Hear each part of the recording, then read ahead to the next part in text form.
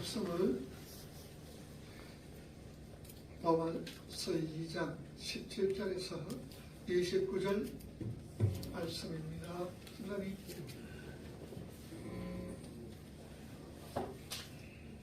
로마서 2장 17절에서 29절입니다. 우리 입으로 좀 더 갑니다.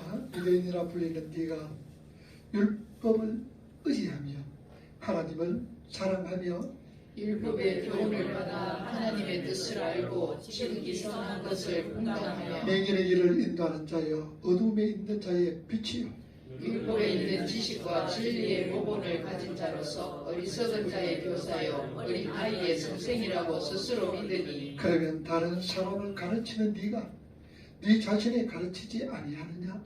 도둑질하지 말라 선포하는 네가 도둑질하느냐? 간음하지 말라 말하는 네가 간음하느냐? 우상을 가증히 여기는 네가 실 물건을 도둑질하느냐? 율법을 자랑하는 네가 율법을 범함으로 하나님을 욕되게 하느냐? 기록된 바와 같이 하나님의 이름이 너희 때문에 이방인 중에서 모독을 받는도다. 네가 율법을 행하면 할례가 유익하나 만일 율법을 범하면 네 할례는 무할례가 되느니라. 그런즉 무할례자가 율법의 교리를 지키면 그 무할례를 할례와 같이 여길 것이 아니냐. 또한 본래 무할례자가 율법을 온전히 지키면 율법 조문과 할례를 가지고 율법을 범하는 너를 중재하지 아니하겠느냐. 무릇 표면적 유대인이 유대인이 아니요 표면적 육신의 할례가 아니니라. 같이 읽습니다. 오직 이면적 유대인이 유대인이며 할례는 마음에 할지니 영이 있고 율법 조문이 있지 아니한 것이라. 그 칭찬이 사람에서가 아니요 다만 하나님에게 선이라. 아멘. 오늘 우리 본문은 유대인들과 그들이 붙들고 있는 율법 지킴에 대한 경고의 말씀처럼 보입니다. 유대인들 너희들 그렇지 않느냐? 그러나 우리가 성경은 이 역사에 편만하게 존재하는 보편적 교회, 우리 성도들에게 주시는 하나님의 계시의 말씀입니다. 따라서 오늘 주셨던 이 내용의 모든 말씀이 우리 교회에 적용이 되어져야 합니다. 자, 오늘 사도는 17절부터 사람의 어리석음과 우매함을 율법과 할례를 가지고 구체적으로 예를 들어 설명을 하고 있습니다. 17절 말씀해 보면 뭐라 그럽니까? 유대인이라 불리는 네가 율법을 의지하여 하나님을 자랑하고 있다라는 말씀이죠. 자, 교훈의 대상은 유대인이라는 칭하는 너다라는 말입니다. 이 말씀은 우리를 여전히 붙들고 있는 우리 안의 유대주의와 인본주의다라는 것을 사도는 지적하라고 했습니다. 계시록 2장 9절이라든지 3장 9절의 말씀에 보면 자칫 유대인은 사단의 회다 그리고 사단의 세력을 가르친다라고 성경은 말씀을 합니다. 자, 그러니까 오늘 저와 여러분 안에 여전히 남아있는 자아숭배 그리고 자기 사랑에 여념이 없는 율법 속에 내가 바로 자칫 유대인이요 또한 다른 이에게 나를 과시하고 자랑하고 싶어하는 인본주의 속에 내가 바로 자칫 유대인이요 또한 사단의 회다라는 말씀입니다. 성도는요 오늘 저와 여러분들은 신앙생활이 여전히 깊으면 깊을수록 뭘 깨닫습니까? 자랑하는 자가 아니에요. 뽐내는 자가 아니에요. 우리 신앙의 연륜이 깊으면 깊을수록 하나님 나는 죄인 중에 괴수입니다. 나는 아무 보잘것없는 먼지요 티끌이요 보잘것없는 흙입니다라는 고백을 하게 되어진다는 말씀입니다. 신앙의 연조로 또 신앙의 깊이로 연조가 문제가 아니에요. 저 사람 신앙생활 잘한다.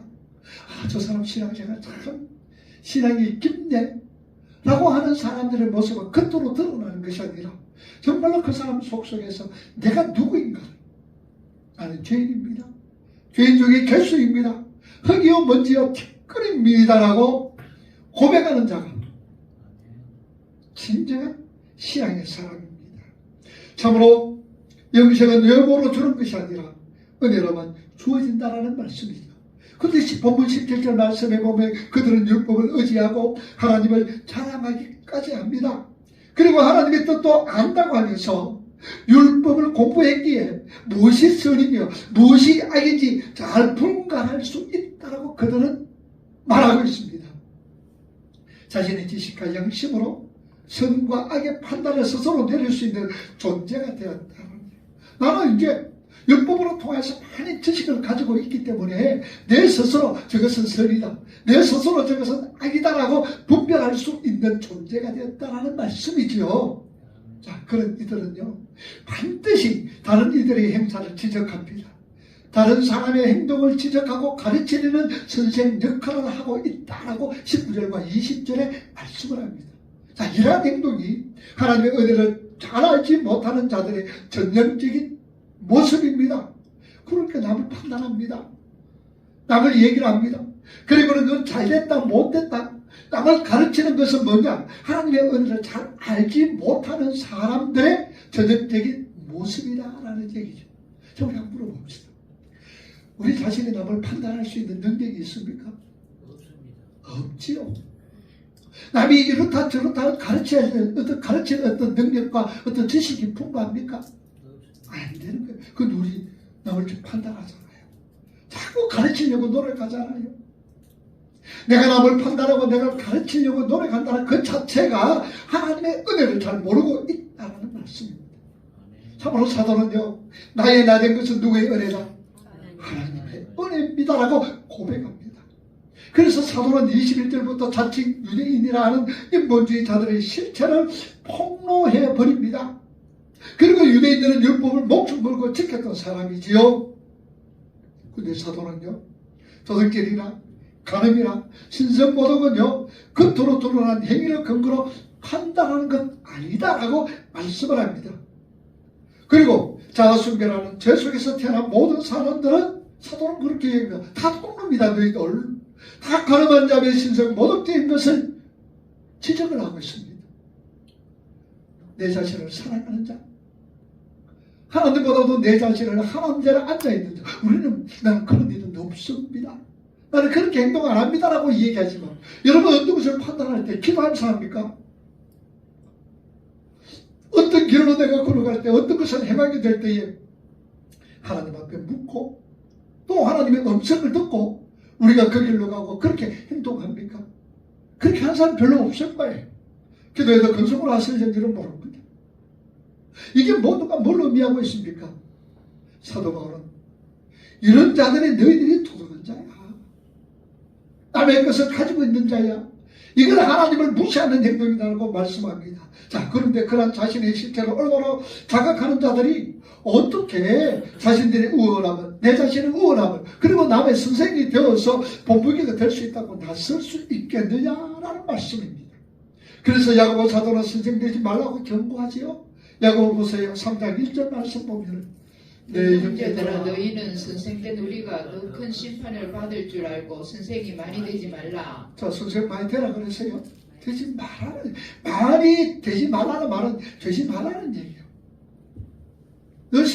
선생 되라는 이 말은요, 말씀을 가지고 자랑하지 말라는 얘기예요. 그러면서 우리 예수님도 말씀하셨어요. 직접 그렇게 말씀합니다. 마태복음 23장 8절에 보니까 랍비라 체험을 받지 말라라고 얘기합니다. 사도는 그렇게 스스로에게 선생의 자격을 부여하고 싶어하는 자칭 유대인들을 전부 뭐라고 그랬냐, 율법을 범한 자다라고 낙인을 찍어버렸습니다. 그리고 하나님의 의한 구원의 도를 제대로 알지 못하는 이들의 열심은 오히려 하나님의 이름을 못 얻어가는 것이라고 말씀하시면서 할례를 들어 진짜 율법의 의미를 친절하게 설명해 주고 있습니다. 여러분들 열심히 다니면서 그렇게 열심히 헌신하고 봉사하고 충성하는 사람들이 있잖아요. 그런데요, 그런 사람들이 자아를 숭배하면서 내 자신이 하나님이 되고 이렇게 자신의 어떤 유익, 자신의 이름을 나타내기 위한 모든 행위를 무슨 행위라고 그랬어요? 그게 종교 행위라는 거예요. 이 종교 행위는요, 하나님의 이름을 모독하는 겁니다. 하나님의 이름을 모독하는 거예요. 내 자신을 드러내고 내 자신을 자랑거리로 삼고 다른 사람에게 뭔가 보여주는 이런 어떤 종교 행위, 모든 행위 속에서 내가 중심이 되어 있는 이런 모든 생활은 오히려 하나님을 뭐다 한다고? 모독한다. 우리 이거 조심하셔야 되는 거예요. 자, 그래서 로마서 2장 28절과 29절 말씀해 보면 표면적 유대인이란 말은 사도 바울이 그렇게 이야기합니다. 표면적 유대인은 율법이나 제사, 선행들의 행위로 자신을 치장하며 예관상으로는 전혀 나무랄 데 없는 그런 인본주의, 율법주의를 말하고 있다는 얘기죠. 겉으로 드러나는 행위는 전혀 사람들에게 손가락질 받을지도 아니하고 또 다른 사람에게 집중을 받으면서 열심히 일합니다. 그런데 그 중심에 누가 있는 거예요? 내가 있다라는 얘기예요. 내가 있다라는 얘기예요. 이런 사람들은 뭐냐? 표면적 유대인이다라는 말씀이에요. 자, 그런 표면적 유대인은요, 진짜 하나님의 백성이 아니에요. 하나님께서 원하시는 진짜 율법의 행위는요, 뭡니까? 내 자신이 뭐 하는 거예요? 부인되어지는 거예요. 내 자신이 부인되어지고, 내 자신이 나는 하나님 아버지, 정말로 죄인이 개수입니다라고 고백이 나옵니다. 거기에서 나오는 사랑의 방향이 바뀌어지기를 시작합니다. 나는 사랑했던 것이 누구를 사랑하게 되는 거예요? 하나님을 사랑하게 되고, 나만 사랑했던 것이 내 이웃을 사랑하는 자로 바뀌게 된다는 말씀입니다.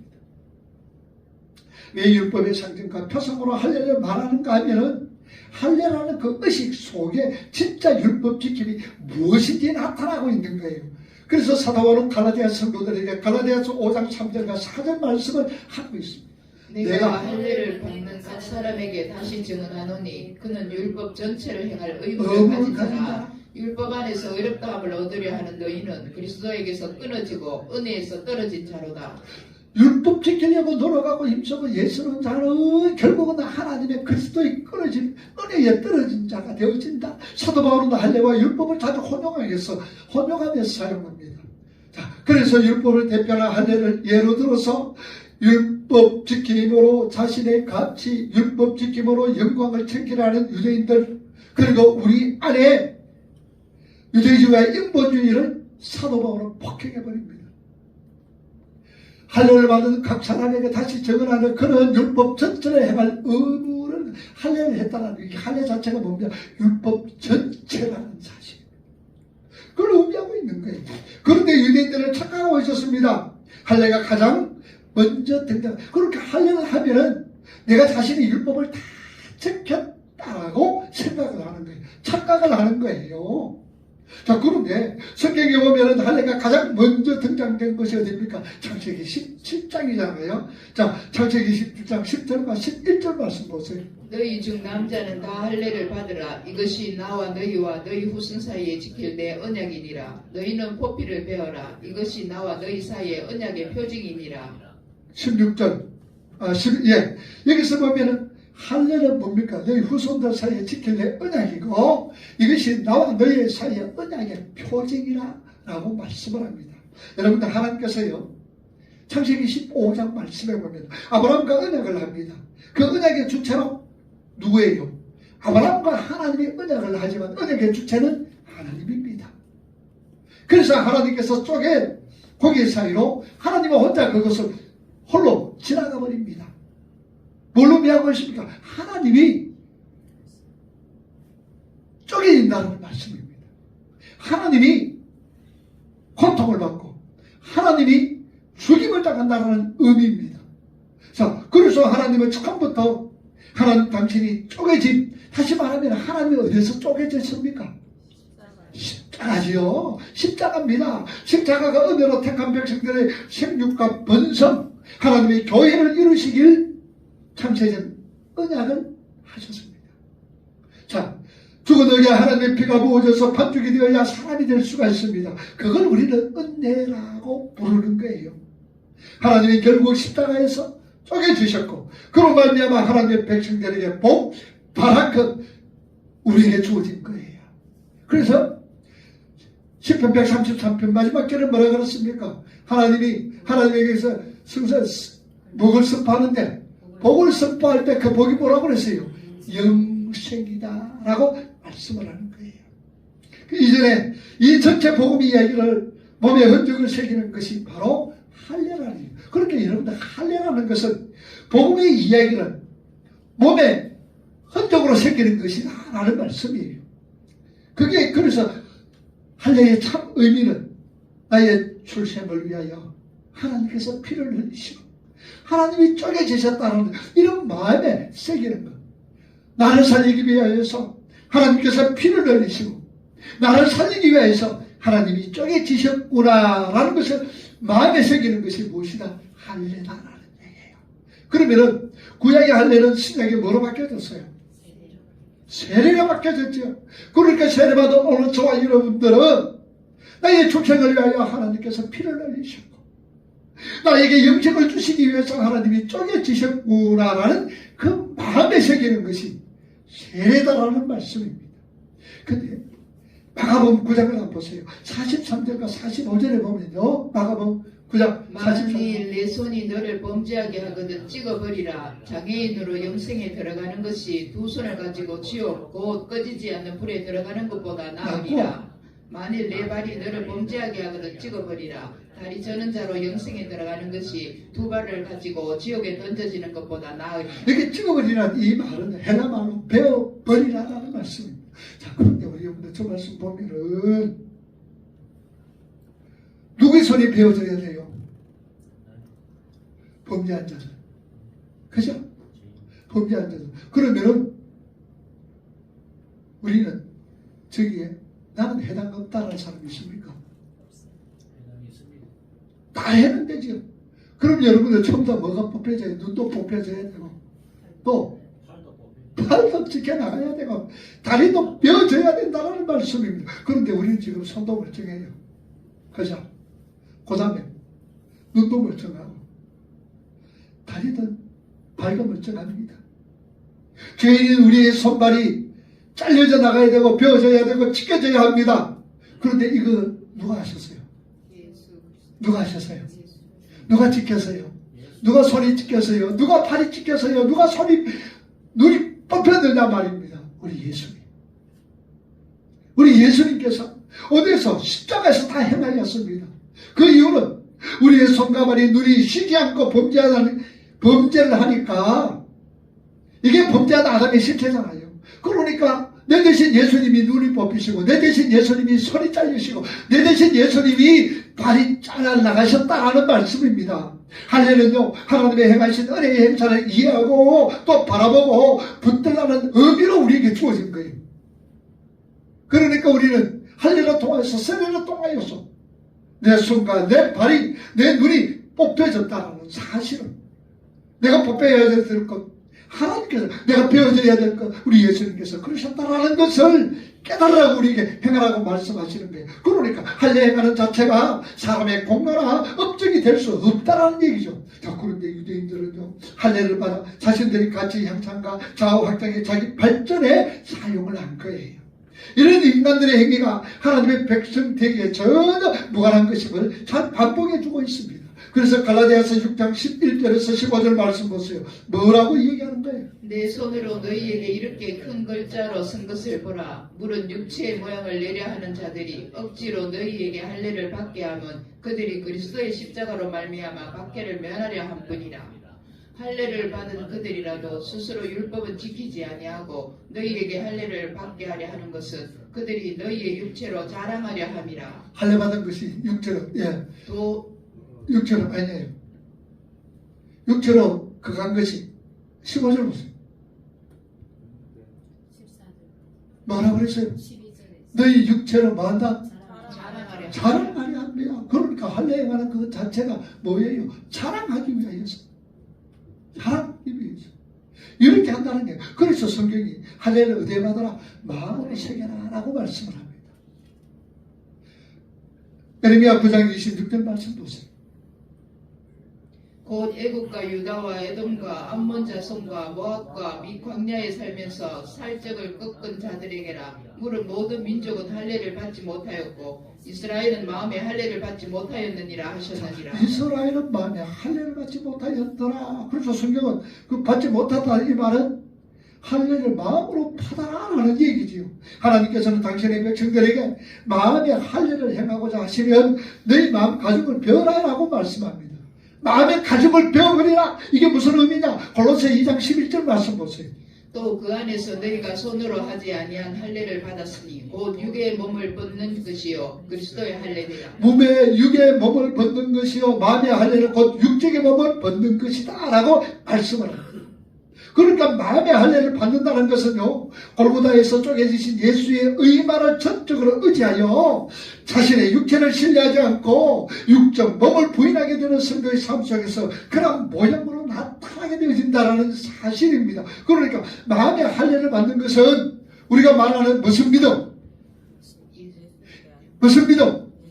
예수에 대한 믿음을 가지라는 얘기예요. 증가된 의인, 예수에 대한 믿음을 가지는 자가 무슨 할례를 받았다? 마음의 할례를 받은 자다라는 말씀이에요. 여기에 마음의 할례의 조건이 있는데 신명기 30장에 보면요, 마음의 할례의 조건이 있는데 하나님의 말씀에 열심히 순종하지 아니하면 마음의 할례를 내가 베풀지 않겠다라고 말씀을 합니다. 그러면 우리는 마음의 할례를 받기 위해서는 하나님의 말씀에 열심히 순종하면서 살아가는 자가 되어져야 된다는 얘기입니다. 바꿔 말하면 마음의 할례를 받은 자는 하나님의 말씀에 전적으로 순종하는 자로 새롭게 매디지 간다, 지어져 간다는 얘기예요. 하나님의 말씀에 순종하는 자가 마음의 할례를 받은 자다라는 얘기죠. 자, 그런데 구약이 이 새 언약에서 어떻게 바뀌어지느냐, 우리 한번 성경 한번 찾아봅시다. 에스겔 36장 25절, 에스겔 36장 25절 27절까지. 자, 찾으신 분은 한번 읽어보세요. 맑은 물을 너희에게 뿌려서 너희로 정결하게 하되 곧 너희 모든 더러운 것에서와 모든 우상 숭배에서 너희를 정결하게 할 것이며 또 새 영을 너희 속에 두고 새 마음을 너희에게 주되 너희 육신에서 굳은 마음을 제거하고. 자, 육신의 몸에서 무슨 마음을? 굳은 마음을 제하라. 이 말은 무슨 말이에요? 베어내다, 잘라내다 라는 말씀입니다. 자, 여기서 연결되는 사건이, 그러니까 굳은 마음을 제하라, 이 말씀 속에서요, 여기서 연결되는 사건이 뭐냐? 마른 뼈가 사라지는 사건입니다. 마른 뼈가 살아나는, 에스겔 꼴짝에서 마른 뼈가 살아나는 사건입니다. 그 마른 뼈들이 성령이 그들을 덮으니까 그들은 살아나는 거예요. 이 마른 뼈들은 무덤에서 베어려 먼저 살려놓고, 그리고 그들에게 하나님이 누구신가를 가르치는 것이 하나님의 구속사라는 얘기죠. 그래서 에스겔 37장에 말씀해 보면 구원받은 하나님의 백성들에게 제일 먼저 일어나는 자각이 우리의 뼈들을 말랐고 소망이 없습니다 입니다. 자, 우리의 뼈들은 말랐습니다. 소망이 없습니다. 그러니까 하나님의 생기가 그 속에 들어가니까 마른 뼈가 뭐가 됩니까? 사람이 됩니다. 그리고 마른 뼈가 뻗어뻗어 일어나가 사람이 되고 살아있는 사람이 되어 근군대가 되었다는 사실입니다. 그러니까 여전히 죽어있는 그들에게 하나님의 불가항력적인 은혜로 생기를 못 얻으시니 마른 뼈가 살아날 어떤 능력이 있습니까? 없어요. 그런데 하나님의 은혜로 생기가 부어지니, 은혜가 하나님께서 부어지니 무덤이 열리고 마른 뼈들이 살아난다는 것, 그리고 그들에게 가르친다는 말씀입니다. 이런 하나님의 은혜와 능력을 알게 하는 것이 이 역사와 인생의 목적이에요. 그런데 그 죽음의 죄와 허물이 어떻게 사라졌느냐, 그 마른 뼈들이 어떻게 사라졌느냐, 바로 그것을 어디에서? 예수 그리스도 십자가에서 할례를 받아 사망의 죄와 허물이 사라지고 살아났다는 얘기예요. 이해가 되죠? 마른 뼈들이 뭐를 통하여서? 하나님의 부어지는 생기로 통하여서 살아난 거예요. 오늘 우리 죄와 허물로 죽었던 저와 여러분들이 어떻게 살아났어요? 예수 그리스도의 십자가로 통하여서 우리는 살아나게 되는 거예요. 그건 하나님의 은혜란 말이에요. 이날 깨달으면서 성령께서 맺으시고 겸손과 사랑의 열매가 맺게 하십니다. 그래서 우리 삶 속에서 겸손, 우리 삶 속에서 사랑의 열매가 맺혀지는 거예요. 제가 얼마 전에 달란트라는 어떤 말씀은, 이 달란트라는 것은 우리가 보편적으로 뭘로 알아요? 재능, 재주, 이런 것을 생각하잖아요. 그런데 달란트라는 이 말이 원문을 찾아보니까 그 속에서 다른 어떤 의미가 있느냐? 겸손이라는 의미도 있더라고요. 그러니까 우리가 하나님 앞에 재능을 받습니다. 아주 재주를 받아요. 남들은 특별한 어떤 것을 받습니다. 그런데 그것을 받아서 뭐 하는 거예요? 나타내고 그것을 행할 때에 뭐 하라? 겸손하게 하라는 얘기야. 이렇게 겸손이 뭘까요? 겸손이 뭐예요? 내 자신을 높이는 게 겸손이에요? 내 자신이 낮추는 거잖아요. 내 자신이 낮추는 거예요.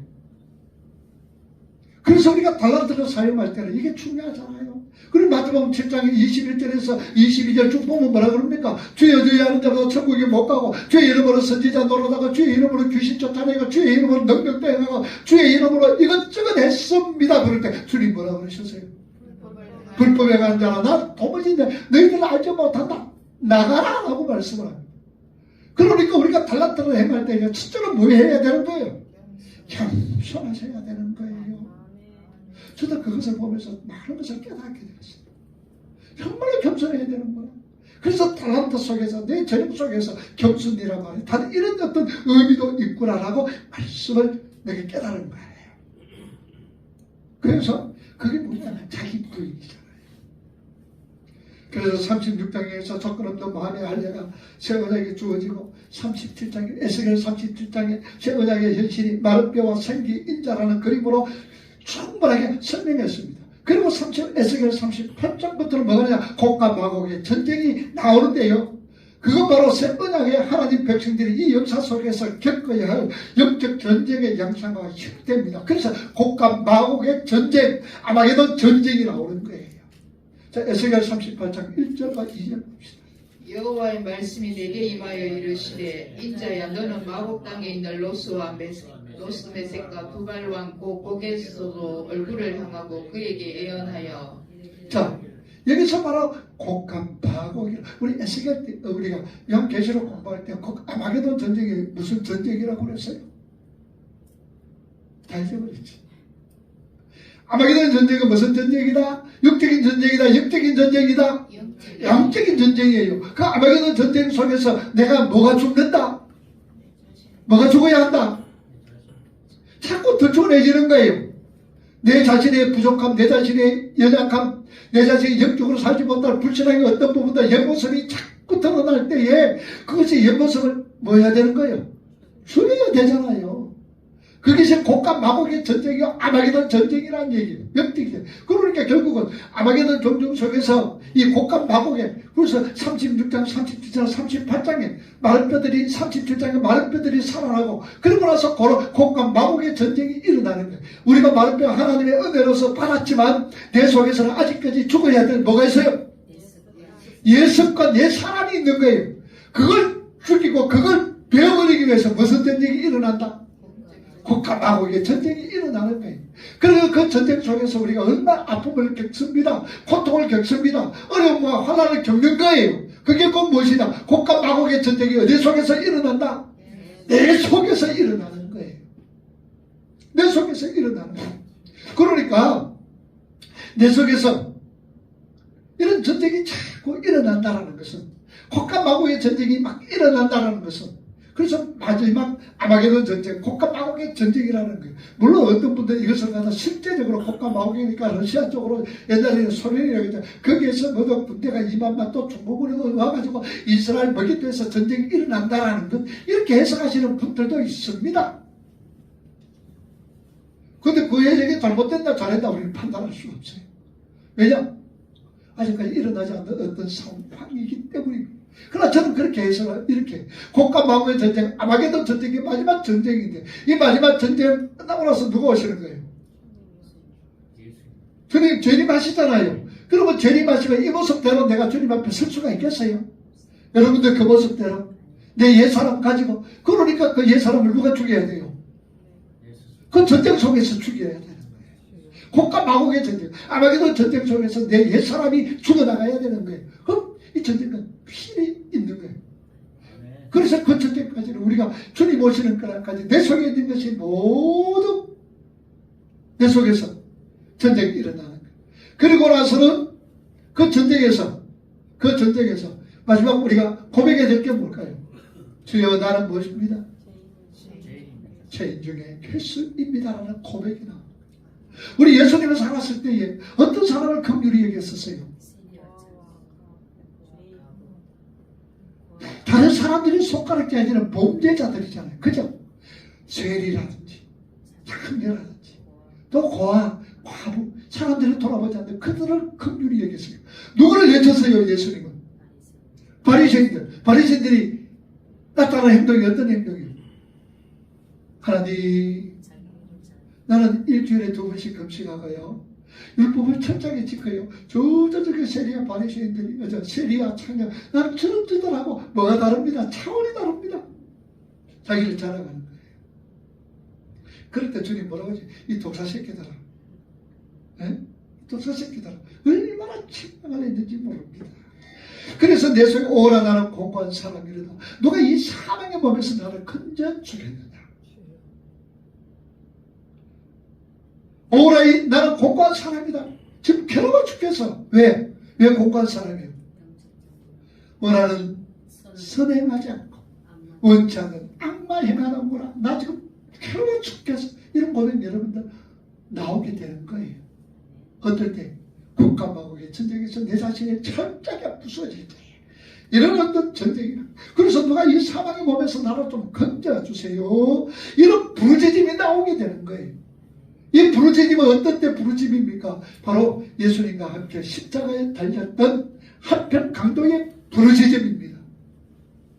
하나는 어땠어요? 너 사람 다 살리잖아. 죽은 자 살렸잖아. 우리하고 같이 너도 살고 우리 좀 살려도. 한편 강도는 그렇게 이야기했지만 또 한편 강도는 뭐라고 그랬어요? 야, 시끄럽다. 우리가 받은 죄는 당연하잖아. 그런데 이분은 죄가 없어. 그러니 주여, 당신의 나라에 임할 때 나를 기억해 주세요. 나는 공고한 사람입니다. 누가 이 사망의 몸에서 나를 건져 주겠습니까? 당신밖에 없습니다. 주님밖에 없습니다라는 이 신앙의 고백이었다는 거예요.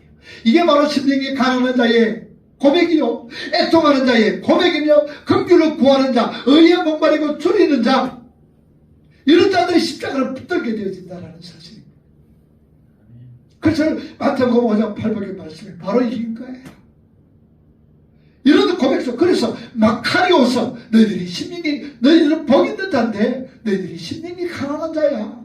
복 있는 너희들인데 애통하게 되고, 복 있는 너희들은 긍휼을 구하게 되는 거야. 이래 되지는 거예요.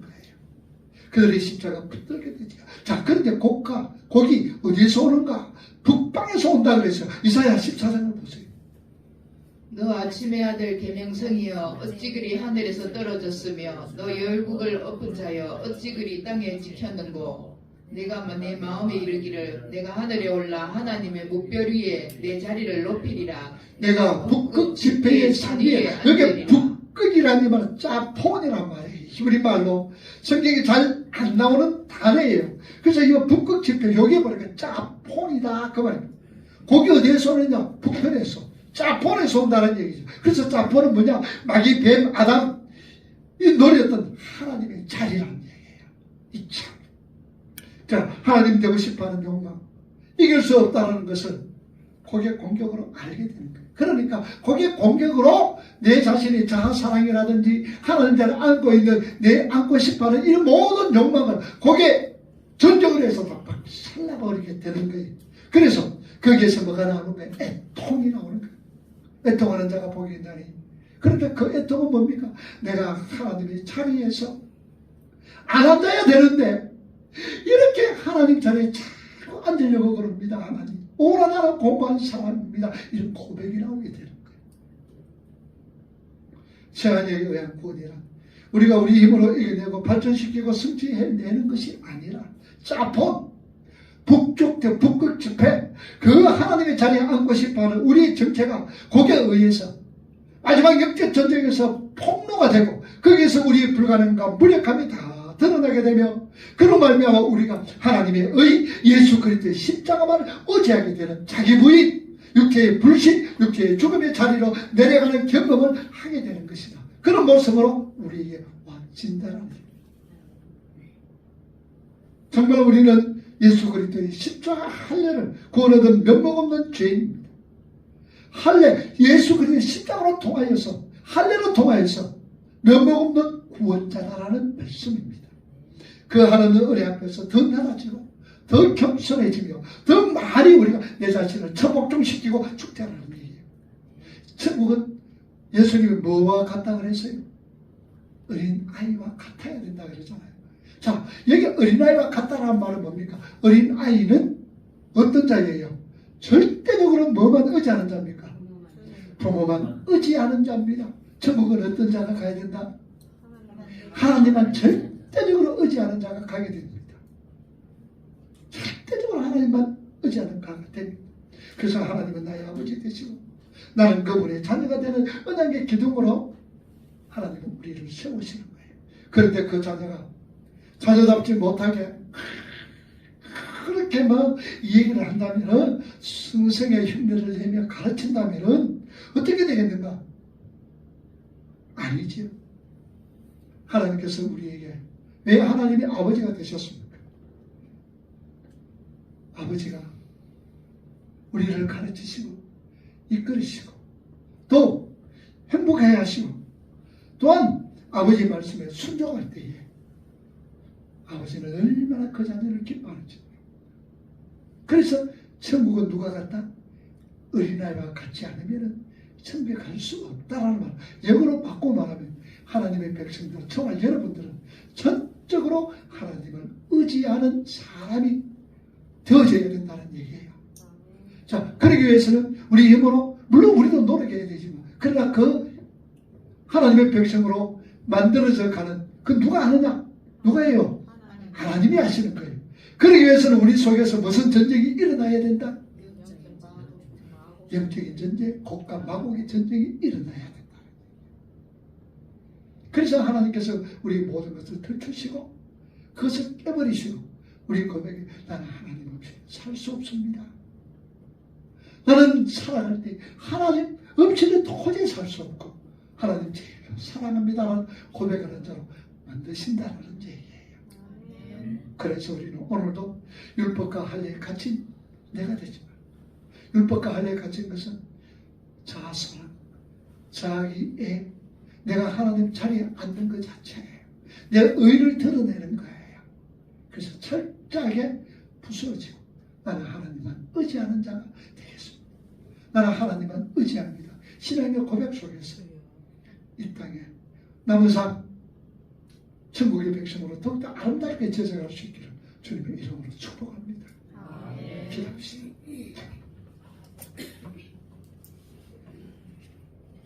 자비로우신 아버지 하나님 감사합니다.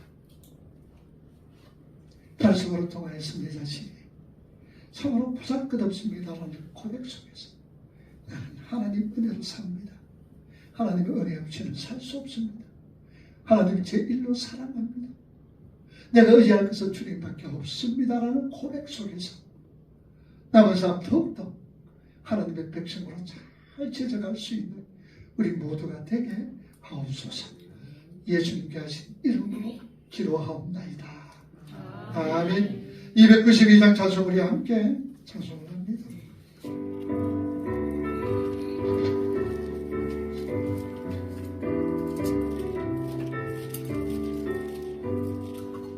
수 없이 살 수